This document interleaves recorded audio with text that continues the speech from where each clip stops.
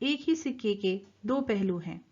وہ اپنا روپ وقت اور موقع کے حساب سے بدلتے رہتے ہیں۔ شاعر کہتے ہیں کہ اپنی کامیابی اور ناکامی کو اپنے اوپر مسلط مت ہونے دینا، وہ دونوں ہی وقتی ہیں، یعنی ناکامی میں مایوس مت ہونا اور کامیابی میں تکبر مت کرنا۔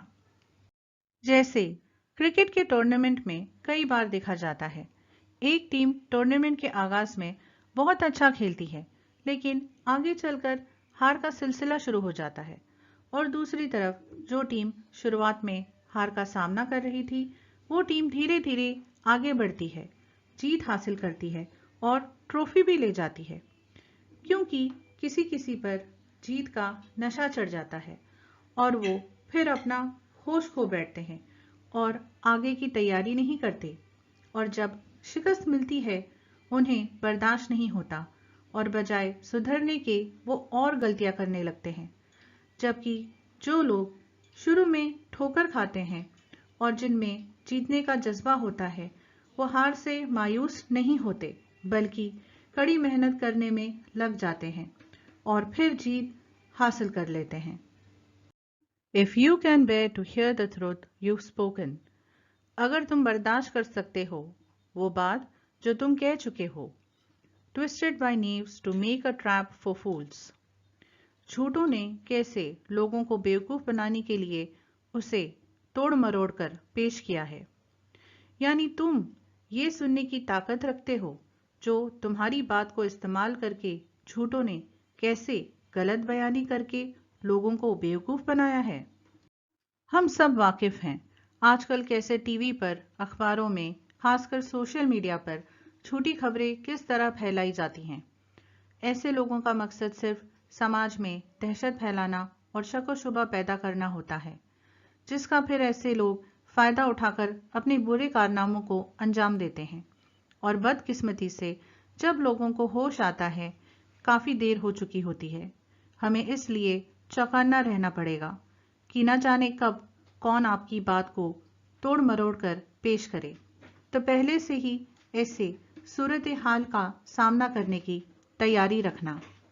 اور watch the things you gave your life to broken، اور ان باتوں کو ٹوٹتا بکھرتا دیکھتے ہو جن کے لیے تم نے اپنی زندگی لٹائی، and stoop and build them up with worn out tools، اور تم جھک کر پھر اوپر اٹھتے ہو انہی پرانے اوزاروں کے ساتھ۔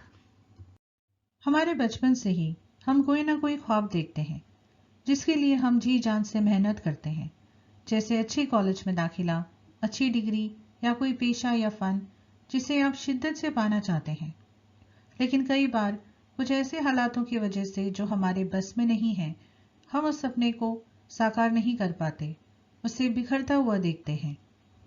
مثال کے طور پر سدھا چندرن، جو ایک بہت ہی مشہور بھرت ناٹیم ڈانسر ہیں، انہوں نے 3 سال کی عمر سے ہی ڈانسنگ شروع کی تھی اور 16 سال کی عمر میں انہیں ڈانسنگ کی دنیا کا ابھرتا ستارہ کہا جانے لگا، لیکن بدقسمتی سے اس چھوٹی سی عمر میں ایک دن ایک ٹرک حادثے کی وجہ سے ان کی دونوں ٹانگوں کو کاٹنا پڑا۔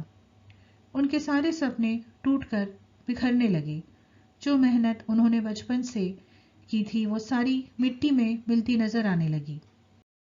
لیکن ان کا جذبہ، ان کا ارادہ اتنا مضبوط تھا کہ انہوں نے آرٹیفیشل لیگز یعنی نقلی پیروں کے ساتھ ڈانس کی پریکٹس شروع کی، اور بڑی جدوجہد کے بعد آخرکار ایک کامیاب ڈانسر بن گئی، اور آج ایک بہترین اداکارہ کے نام سے بھی جانی جاتی ہیں۔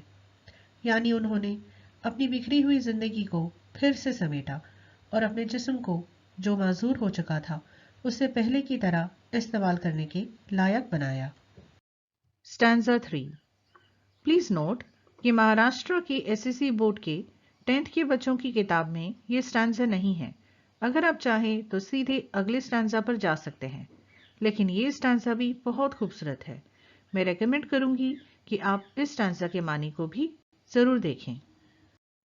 If you can make one heap of all your winnings and risk it on one turn of pitch and toss، اگر تم اپنی زندگی بھر کی کمائی کو ایک سائیڈ میں جمع کر دو اور ایک ہی بازی میں وہ سب کچھ ہار جاؤ، and lose and start again at your beginnings and never breathe a word about your loss.